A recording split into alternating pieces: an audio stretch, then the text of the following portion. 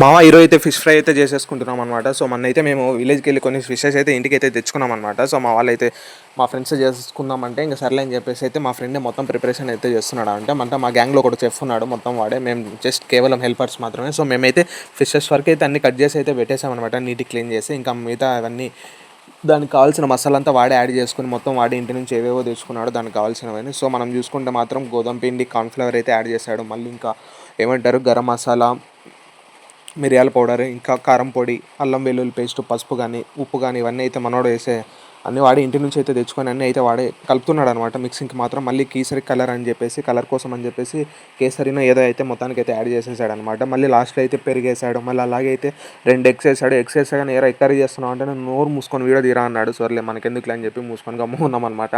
సర్లే అన్నీ వేసేసి తర్వాత బాగా అంతా మిక్స్ చేసుకొని మళ్ళీ ఇదేదో యాడ్ చేశాడు ఫ్రెండ్స్.